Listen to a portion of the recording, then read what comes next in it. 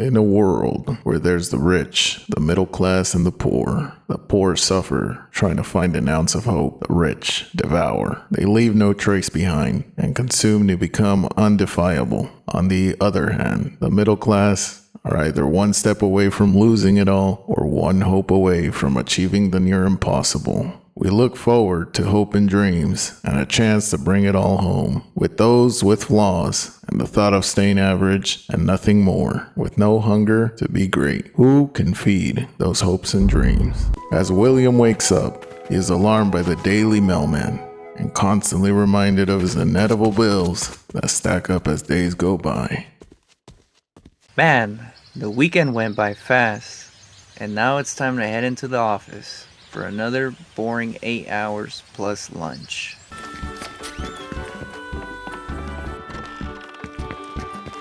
William makes his way to the local bus station, where he always waits 15 minutes as he's surrounded by odd people. The bus arrives at his multi-billion-dollar company, where their employees get a pizza party instead of a raise.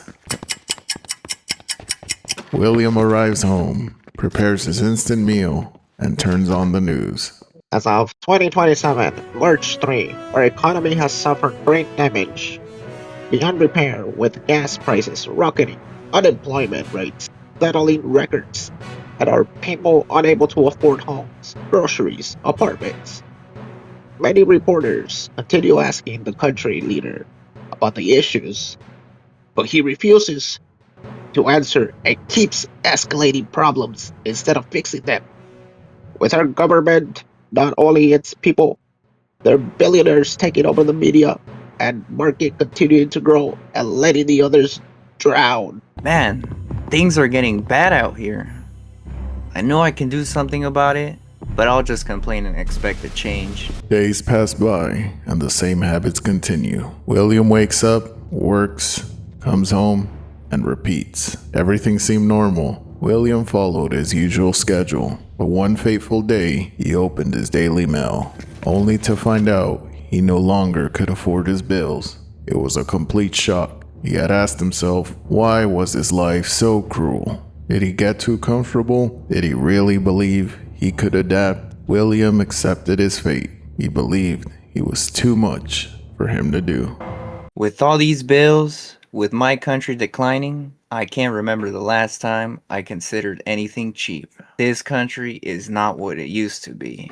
William is faced with a tough challenge, as he can no longer afford to live in this town. He must move and start a new life, but there's no guarantee he can succeed. His battle was already fought. Before it even began, he chose his own very fate. As of April 2027, people have gathered around town to protest affordability on groceries and housing. The civilians demand lower prices or better wages as it becomes impossible to live in this town. We want benefits. We want affordable living. We want our old country back. They're going crazy. They started blowing up the hall. The people have spoken. Why is Fox News showing this to the people, damn it? We need to censor all the bad media so the people cannot see. I control the world, damn it. While the cowardly president is being a crybaby, we are directed back to William's situation. Wow, things are getting crazy out there. But there's only a few people out there protesting. We need an army. We need a boycott to affect sales. But I think I'll just complain. I don't want to make an effort to change it. I'll go for a stroll before going to bed. Exiting his home, William witnesses several things while walking through the streets. Litter and poverty. There's a lot of trash and homeless people in this part of the area. And some homes have eviction notices. People are moving out.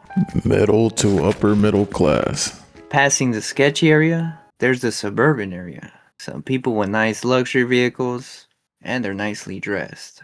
Further into the town, he finds private property, expanding to as far as the eye can see. The wealthy. These people invested at the right time or inherited money. As William admires the property, The cops pull up with suspicion that William was trying something shady. What are you doing loitering around this property? Nothing. Just passing by. I'm going to need some ID, or this can be a possible arrest. I didn't commit any crime. I don't need to give you identification. You're coming with me. You need to calm down, officer. I didn't do anything, and arresting breaks my citizen rights. Attention all units. I have code 5210. He has a gun and is resistant. Going to tase him. Over. What the heck is your problem? Do you want to kill me? You can't be that bored today. You're supposed to serve and protect, not hurt us. William isn't aware how corrupt this cop is. He's a pet as he is unlawfully being paid to serve billionaires. This cop hates anyone who is lower than him and takes pleasure in making people his victims. Tase the individual. Target neutralized. Handcuffed and put in back of the vehicle. Over. William was beaten, tased, and transported to a jail cell. Without medical attention, 48 hours later, he was released with a $1,000 fine. Now, William was hurt, fined, and left in a worse position than before. William was angry, the system had failed him, and he had failed society. They're going after Americans now? What about the damn illegals? Aren't they the issue? Taking our jobs, filling up the communities? No, we were the issue the entire time. Instead of blaming ourselves, we've turned a blind eye like a certain someone in the 40s. We cannot allow our government to screw us no more. Evil corruptions to take advantage of us. No damn company will take my money in vain again. In today's news, Greasy Grove was bombed, causing casualties. Attacks were led by Tomato Town and funded by the president using billions of tax dollars to destroy an innocent society. As more in the media, fuel prices have risen, innocent taxpayers being deported, and fast food joint raising prices.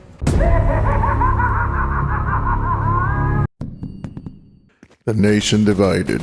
Some were furious, some were happy.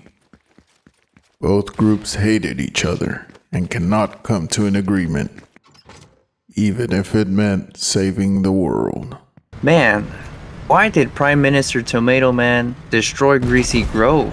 Innocent people were hurt, and that land, I guess it was promised to them 3,000 years ago. The president used our hard people's earned money to cause destruction. I must do something about this. I have to start a movement. William felt motivated, started his protest movement, tried gathering people to protest. Days went by. He spent time on his own to get his community's attention, but no one seemed to care. What's wrong with these people? Are they not aware of our demise? I have to keep trying. I know I can make history. William stood on the streets with signs of his beliefs, but people still ignored. Some believed he was crazy, others agreed with him, but didn't want to join the cause. I have to return home and rethink my strategy.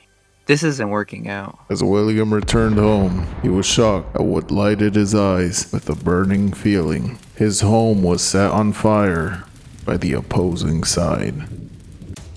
What the heck? Who did this? These damn people. I was trying to make peace. As he was disbelief, a group of pro-Tomato Man Jaegerists rushed towards him in a threatful manner. William activated his animal instinct, rapidly ran the opposite way, and stole a man's vehicle, Grand Theft Auto style, and stepped on the gas. Those guys are crazy.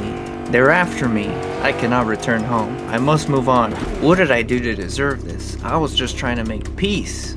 As William drove, an unexpected vehicle ran into him, causing a collision. He managed to survive, but was blamed for the damages. He received medical attention, but then charged with reckless driving and driving under the influence. William was then incarcerated due to many unpaid charges, and his criminal record.